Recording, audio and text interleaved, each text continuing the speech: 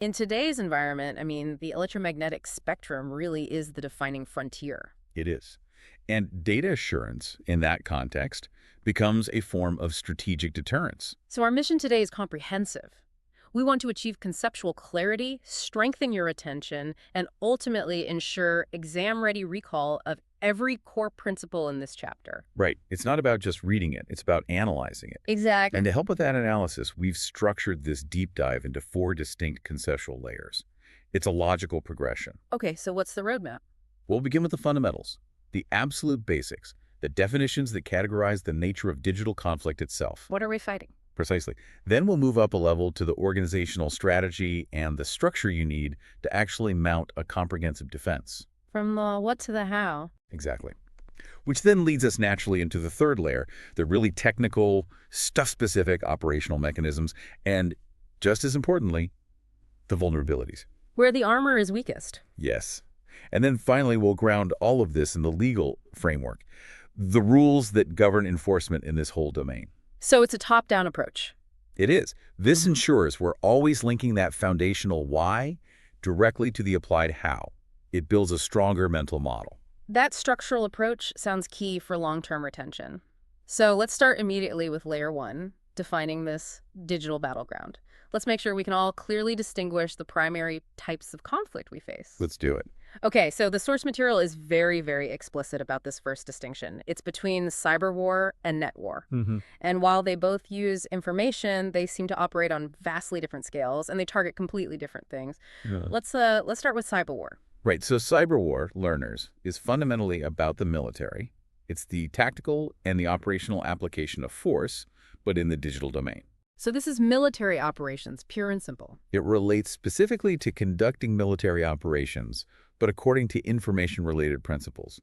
Think of it as an extension of the traditional battlefield. And the goal then is direct. It's destruction or disruption. Precisely. The goal is very straightforward. You are disrupting or outright destroying the adversary's information and communication systems. Why? What's the end state? The desired outcome is what the material calls a complete information advantage. Which means... It means we need to know everything about the enemy, their plans, their movements, their capabilities, everything.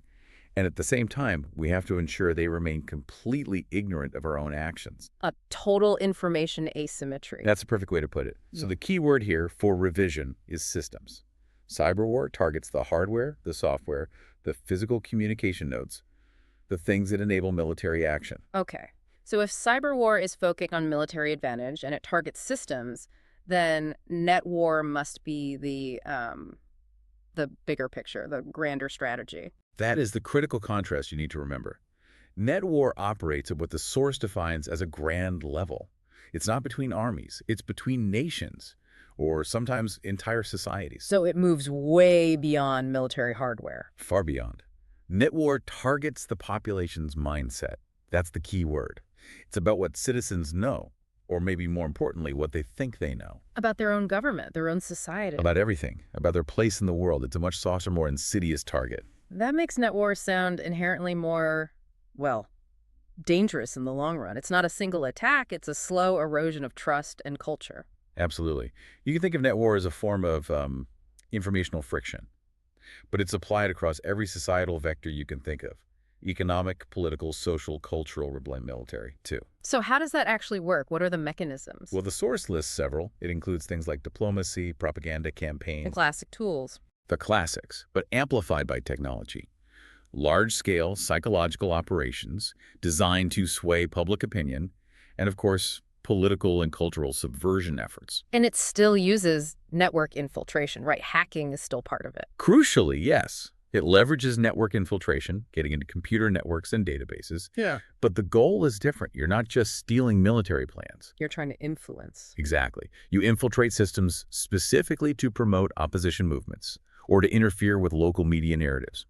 The goal is to foster internal instability within the target society. Okay, so if we're going to distill the core difference for revision, cyber war, military tactical targets systems for information superiority. Correct. Net war. Societal, grand strategic level targets the mindset for political or cultural subversion. In accurate summation, the scale really does determine the classification. So with that crucial distinction now clear, we have to look deeper into cyber warfare itself.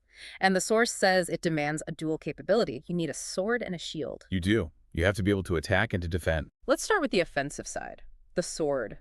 This is about actions taken to degrade or destroy enemy information systems. The material breaks this down into two very distinct categories of attack. Yes. And learners need to know the difference between the hard kill and the soft kill. Okay, what's a hard kill? The hard kill is physical. It's the direct application of force. We're talking about the destruction of the enemy's actual infrastructure, their mainframes, their servers, their communication nodes. So, a missile hitting a server farm.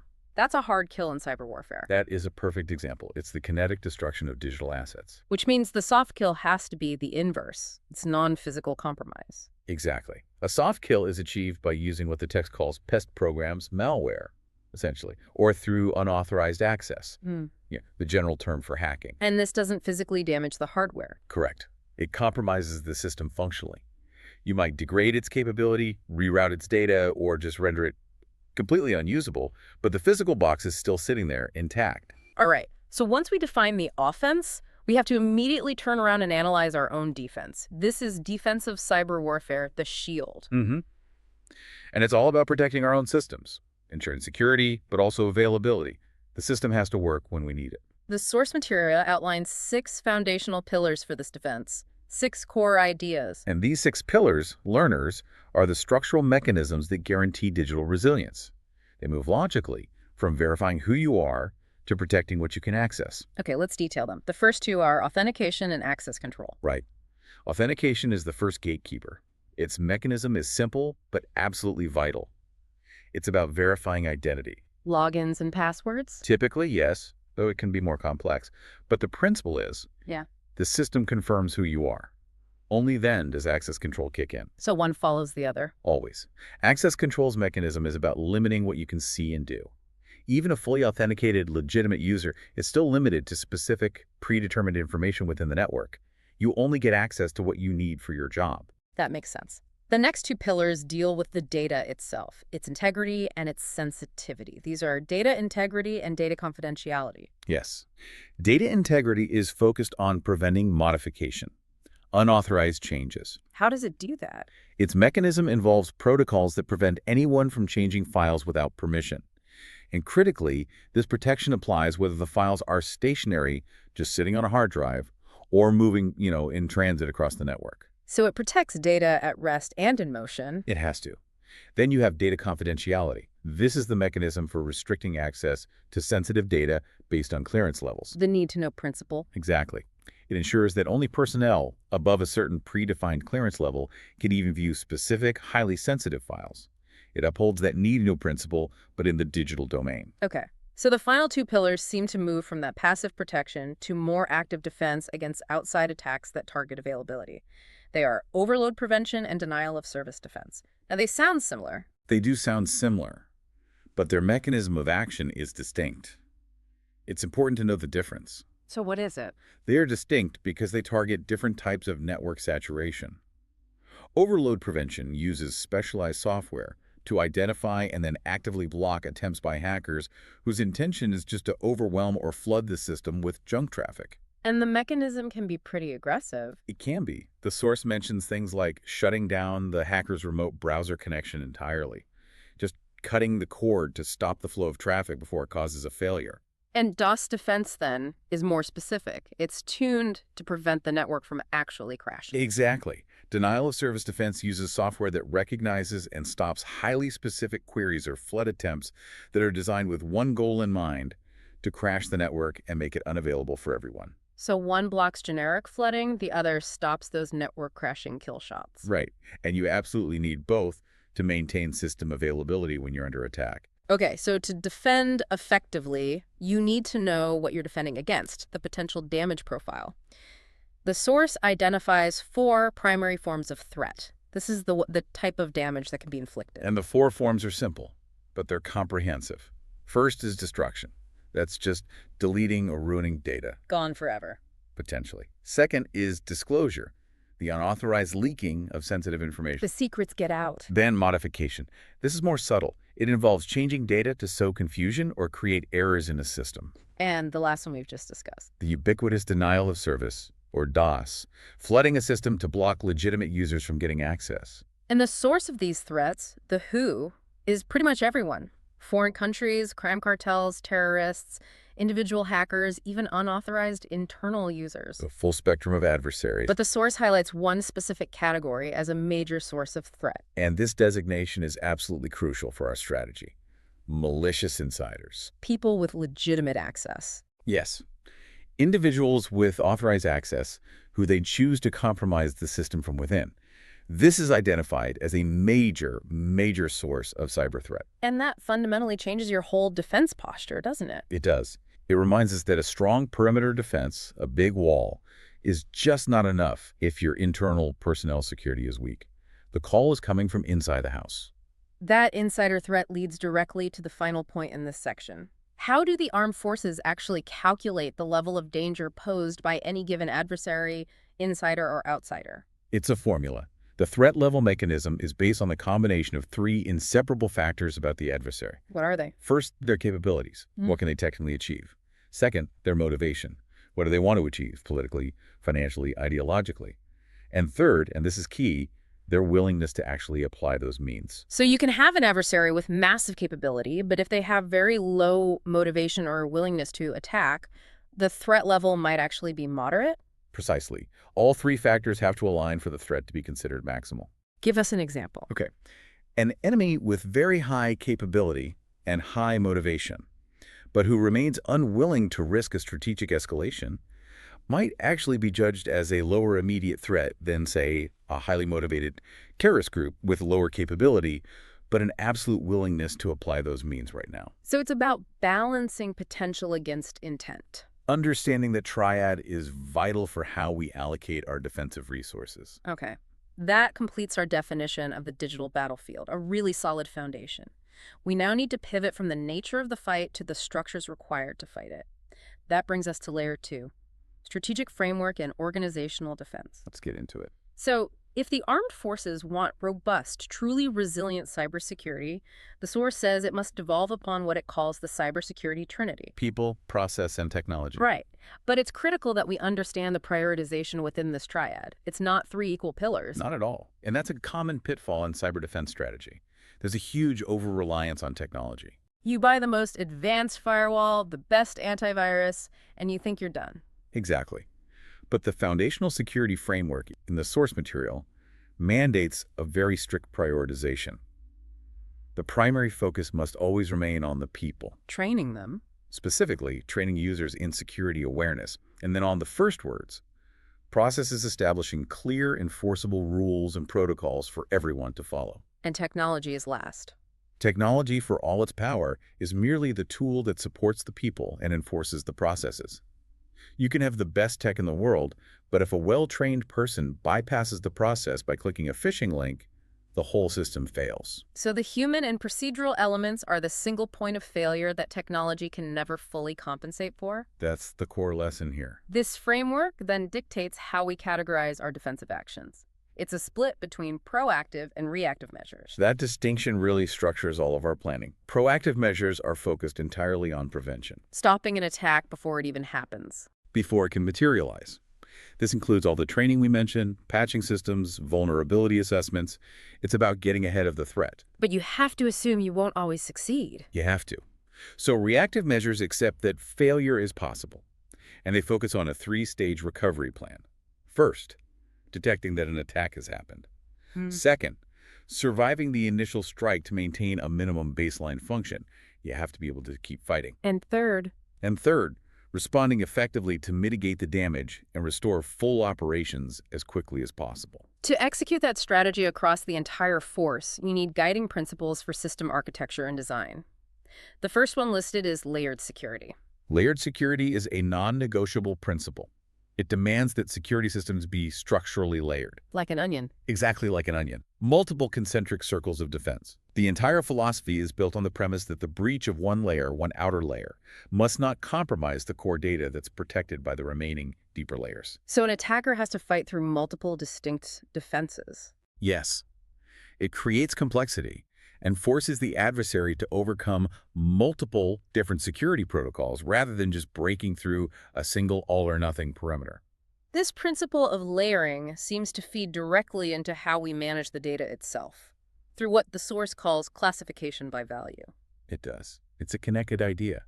We must assign security classifications based on the specific value of the information or the system being protected. And this isn't just about protecting secrets, there's another reason. Correct. It's a strategic principle designed to prevent the misuse of the security system itself. We can't afford to apply our most expensive high-end security measures to low-value data. We have to allocate those high-cost resources only to the truly critical systems. So you don't waste your best assets guarding the wrong things. Precisely. And when it comes to selecting the tools for defense, the strategy makes a distinction between basic protection and high-value protection. We have to be pragmatic. For basic widespread security, especially against, amateur hackers or common vulnerabilities, it's efficient to use readily available off-the-shelf security products. Your standard commercial antivirus and firewalls. Right. But for critical, high-value defense systems, the systems that maintain national security, the strategy shifts completely. We must focus on developing indigenous, tailor-made security mechanisms. Why that absolute focus on indigenous systems for the most critical assets? Because purchasing core infrastructure from foreign vendors introduces a massive, unacceptable strategic risk. How so? The armed forces could effectively be held hostage by foreign manufacturers. They could introduce intentional glitches or snags into the hardware or software that could be exploited later on. A built-in backdoor. A kill switch. Indigenous systems ensure strategic control and a high-trust architecture that we can verify ourselves. And of course, none of this works without the user. Which brings us to the user-centric principles. This is fundamental. We come back to people and process. Any plan or mechanism, no matter how technically brilliant it is, must be kept simple and user-friendly. If it's too complicated, people will just work around it. They'll find ways to bypass it, and in doing so, they create brand new, unintended vulnerabilities.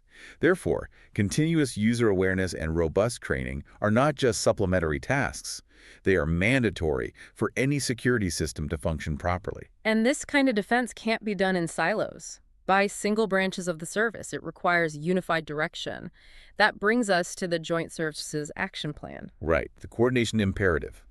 All designing of systems, networks, and infrastructure must be coordinated at the joint services level. And there are 3 key goals for this coordination. 3 non-negotiable goals for all defense networks. First, robustness, the ability to withstand internal and external stress.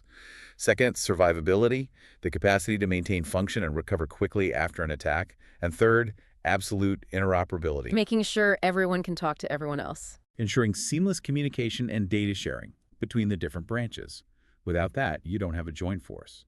And coordinating activities like protecting the Defense Communication Network, the DCN, or integrating C4I2 systems, that has efficiency benefits too, right? It guarantees a crucial economy of effort.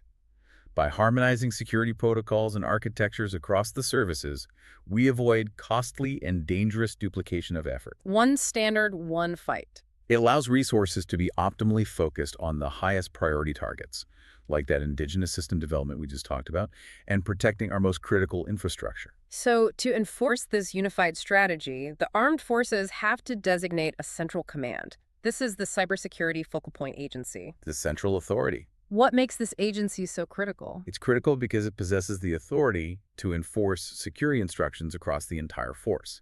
Its role is comprehensive. So it develops the action plan. It develops the overall action plan. It's responsible for acquiring the necessary defensive and offensive capabilities, and importantly, it defines the specific threat conditions and the commensurate responses for each level. So it sets the DEFCON for cyber, essentially. That's a good way to think about it. And that allows for a structured, comprehensive evolution of our cyber policy based on real-time intelligence and current risk assessments. Okay, so that's the high-level authority. Below that, the broader cybersecurity organization carries out the day-to-day functions, the guardians of the network. Their function is multifaceted. They're responsible for the continuous policing of the IT network. They act as a centralized knowledge center for threats, and they provide resources for proactive threat prevention. And they also formulate policy. A lot of it. Their policy formulation role includes evaluating and classifying all hardware, recommending the architecture for foolproof intrusion detection systems, or IDS, for all computer-based establishment, And a big one. and laying down the comprehensive policies for key management. That includes the designation of certification and regulating authorities for things like digital signatures. All that policy and policing has to be verified. It's no good if you don't check your work. This brings us to security review and audits. What's the procedural difference between the two main types? The distinction lies in their timing and their purpose. An internal security review is a regular, scheduled check. It's a routine prevention mechanism for all information-bearing networks. Think of it as a regular health checkup. And a forensic audit. A forensic audit is a post-occurrence investigation. It's done after a confirmed breach. It's an autopsy. They are carried out specifically on key databases to understand the exact mechanisms of the failure and the full extent of the compromise. And if there is a major breach, from what the source calls information warfare, specialized response teams are deployed. That is the role of the Computer Emergency Response Teams, or CERTs. These are specialized teams dedicated to disaster recovery and restoring function. And there's a protocol for evidence, too. Absolutely. The protocol dictates that system administrators must obtain and secure all logs and evidence of the security breach immediately. This evidence is crucial for advising legal and administrative agencies and for initiating any subsequent investigations or prosecutions under the IT Act. Okay, the final piece of this assurance puzzle is staying ahead of the adversary through proactive testing, vulnerability assessment. Vulnerability assessment is a continuous, systematic process. Its entire purpose is to identify existing weaknesses in all our current and proposed networks and systems before they can be exploited by an adversary. You find the holes before they do. You have to. And based on those assessments, the organization issues suitable directives on the safe deployment and the necessary mitigation measures for those systems. It minimizes the attack surface before the systems ever go fully operational. That concludes our strategic layer. Very thorough.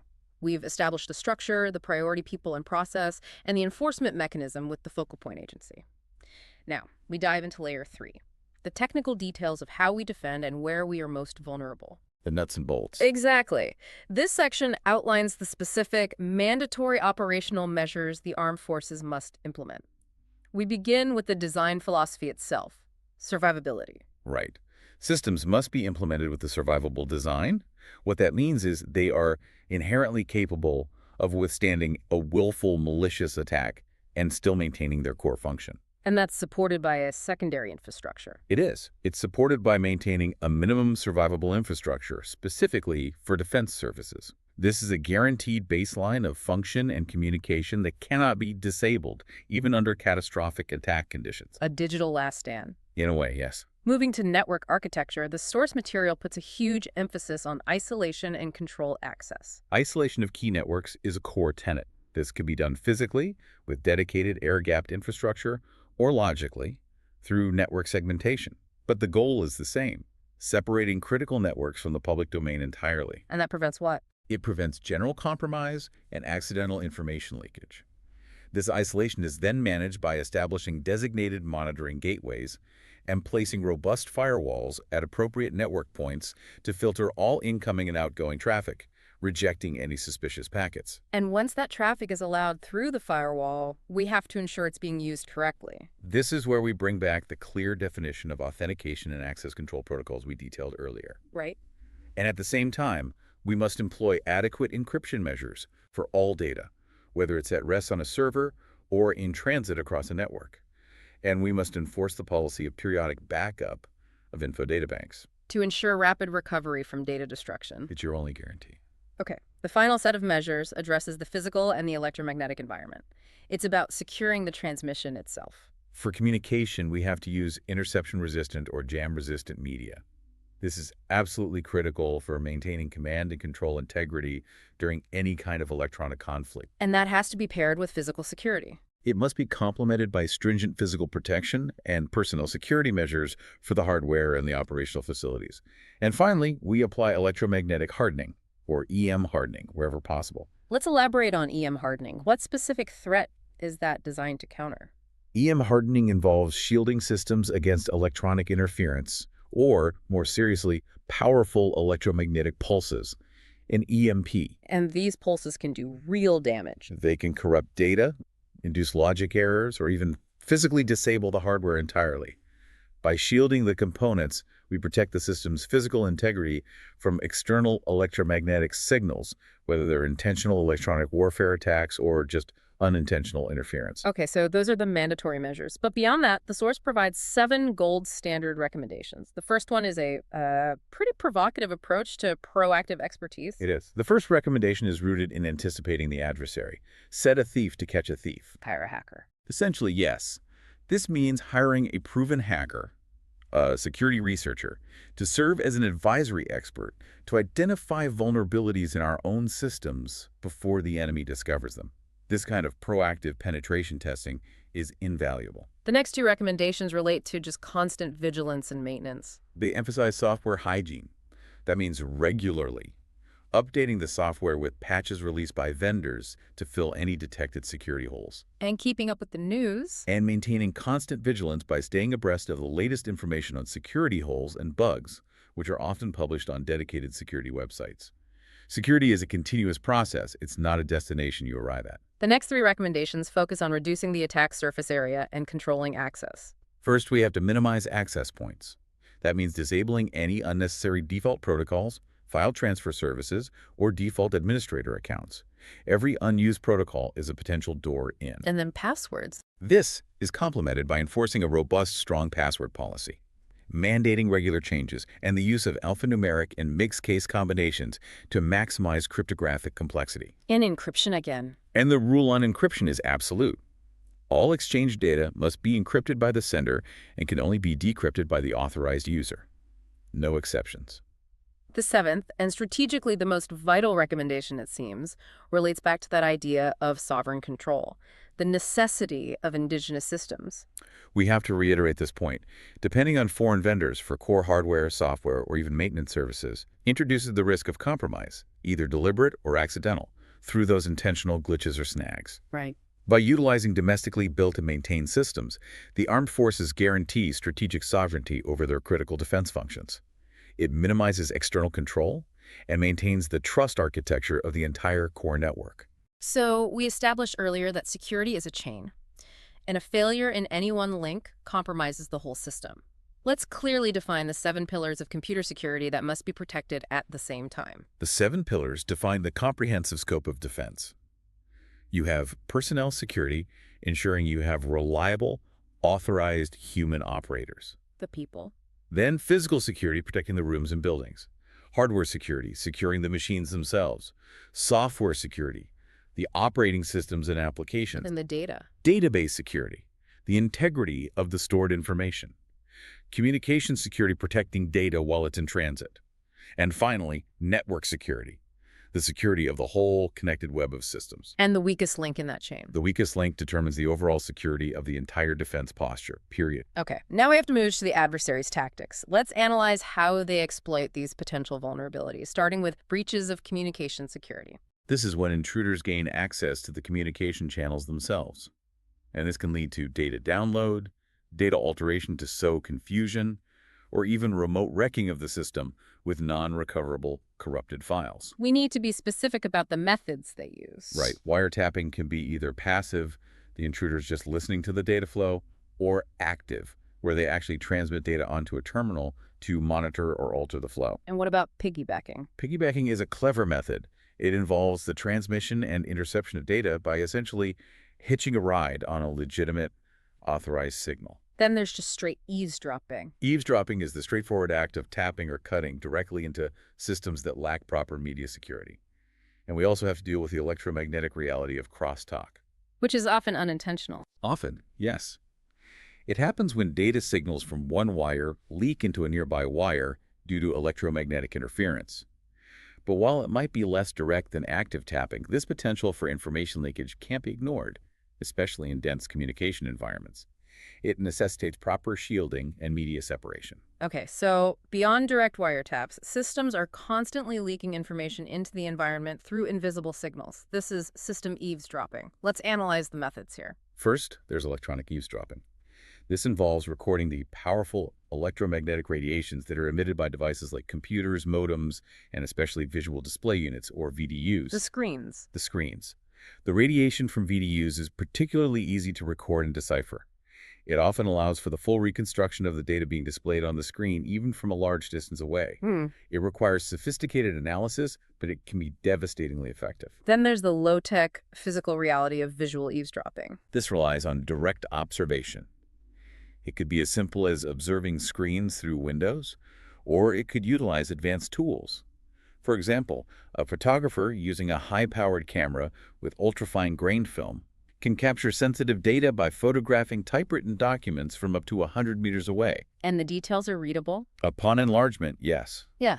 You should never underestimate basic visual surveillance. And even the sounds of our machines can be turned against us through acoustic eavesdropping. This involves detailed laboratory analysis of the sounds made by peripherals like printers or modems while they're processing data. These faint acoustic signatures can actually reveal the information being transmitted or printed. So you can read a document from the sound of the printer printing it? With specialized analysis, yes. The faint sound of an acoustically coupled modem, for instance, can be picked up and deciphered. But out of all these sophisticated methods we've discussed, electronic surveillance, high-powered photography, acoustic analysis, the source material emphasizes the vulnerability of waste paper as a critical source of intelligence. This, learners, is perhaps the most significant strategic detail in this entire section, and it highlights a colossal failure point. So what's the bottom line? Waste bins in sensitive computer areas are routinely identified as high-value targets. They are often, and the source is explicit here, a more fruitful source of sensitive data, program listings, or system specifications for an intruder than all of the sophisticated electronic eavesdropping methods combined. That is a deeply unsettling conclusion, that our greatest electronic defenses are undermined by a basic failure in physical security and document handling. It points directly to the necessity of program security. Protecting the blueprints. Exactly. A technical assault rarely begins with a blind hack. It starts with documentation system, design documents, program paperwork, backups. If an attacker gets this documentation, even from a garbage can, they can plan and make precise technical adjustments to compromise the network. So shredders and secure backup storage are as important as firewalls. Those basic precautions are too often neglected in otherwise highly sensitive computer areas. Finally, in this technical layer, we have to look inward at the vulnerabilities inherent in our own hardware and software. Hardware security breaches often begin with one thing: physical access. Any piece of hardware that is easily approachable is an inherent security hazard. Physical access allows an unauthorized individual to change cards, replace hard disks, and gain a deep, compromising understanding of the operating system. Which is why physical security needs to extend beyond just the main computer room. Far beyond. It has to be a concern for all aspects of system operation and development. And we have to acknowledge that certain authorized personnel pose a unique risk profile, specifically maintenance engineers. They are identified as a specific security hazard precisely because of their high competence. They generally understand the OS and the hardware configuration, and crucially, they often have access across multiple different installations. Which puts them in a unique position of trust and vulnerability. It does. It enabled them to tamper with systems across the entire force structure if they are compromised or malicious. And beyond human failures, non-human hardware errors can also breach security. Environmental factors are a serious threat. An air conditioning failure, voltage changes, humidity deviations, a complete power failure. These can cause hard disk crashes and permanent data loss. And even the hardware itself can just fail. Yes, logic errors inherent in the hardware can compromise security by causing information to be transmitted to the wrong terminal or causing erroneous information to be stored in the wrong file, leading to systemic confusion. Okay, transitioning to software security breaches. The most recognizable threat is this self-replicating malicious code, the computer virus threat. A computer virus is a deliberately written program aimed at corrupting data. It has a tremendous potential to spread rapidly, paralyzing a computer system or an entire network, either completely or partially. And in the worst cases. Sometimes it can cause damage so severe that it renders the underlying hardware itself completely unusable. We also face non-user-initiated information leakage, which the source calls divulgence threats. Divulgence occurs through waste material, like we discussed, but also through the transfer of physical media, like disks or tapes, or via unauthorized remote connections established through modems or the internet. So even with good access controls. Even with access rights controlled by the operating system, the source notes that an intruder who possesses inside information about the system's architecture can easily leverage unauthorized remote access to databases. Which brings us back full circle to the final vulnerability: the insider threat. Threats by users. Authorized users become security threats when they exceed their clearance, when they access source codes, system files, or files and programs belonging to others that they are not permitted to see. And the most severe internal threat Is an authorized user who intentionally introduces a computer virus to corrupt, sabotage, or raid sensitive system specifications. It just reinforces the primacy of personnel security over everything else. That intensive review of the operational how-to and the technical weaknesses brings us to our final layer of Revision Layer 4. We need to ensure all these technical and strategic concepts are grounded in a governing legal framework. Context and enforcement. We begin with the foundational law that governs the digital domain in this country, the Information Technology Act of 2000. Now, this is an omnibus piece of legislation. What was its primary strategic intent? Its primary intent was highly pragmatic. It was to promote e-commerce and e-governance within the nation. But for our purposes, its core impact is much more specific. For our purposes, its core impact lies in providing the essential legal framework for all digital activity within the armed forces and other government sectors. And what specific provisions does it introduce to actually establish this framework? The Act achieves this by, first, legalizing electronic documents, and second, crucially, legalizing digital signatures. It grants them the same legal validity as physical records and handwritten signatures. So it creates legal parity? It does. It also formally constituted the certifying authorities who are responsible for securing cyber transactions. And most importantly, for security and enforcement, it provides the specific legal provisions to deal with the unauthorized use of computer systems and the perpetration of unlawful conduct in cyberspace. It establishes the grounds for investigation and prosecution. Exactly. It gives the law teeth. So, grounding all these technical risks in legal terms requires a really broad definition of a digital offense. How does the IT Act define cybercrime? The definition is intentionally comprehensive, and learners should know it.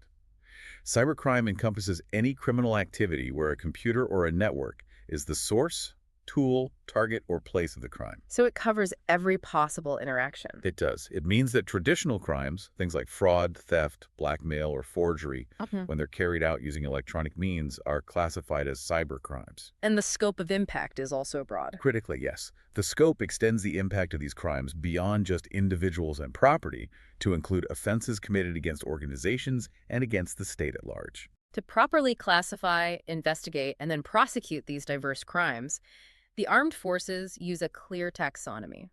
It's based on the role the computer plays in the offense. This is a three-way classification system. Let's start with Category 1. Category 1 is when the computer is the target of the crime. So the network itself is the victim. Precisely. In this scenario, the offender's objective is to penetrate, disrupt, or steal the electronic identity or physical structure of the network itself.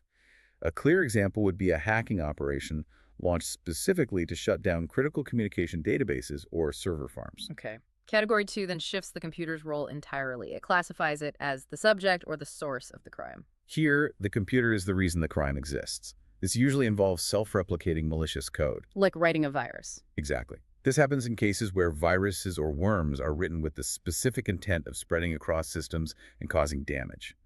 The existence, replication, and distribution of that malicious program is the offense. And finally, Category 3 is when the computer is simply the instrument. In this widely